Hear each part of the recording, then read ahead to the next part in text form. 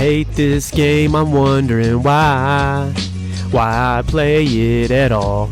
The sun in season 3 is way too bright, and I can't see at all. Even if I could, I'd still get killed, 'cause the hackers see through walls. It reminds me that this game is bad.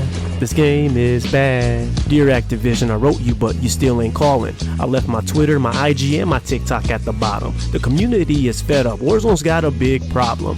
Hackers and aimbot everywhere. You really need to solve them. We need an anti-cheat system. What is the delay? You ban a few kids, they make new accounts the same day. All of the hacking has taken fun from the game. You make billions, but no anti-cheat? That's a shame. If you don't want to invest in anti-cheat, then just say so. You're losing lots of players' interest and it's starting to show. Spend the money, invest in an anti-cheat fix, or else you lose your fan base to Battlefield 6. Damn.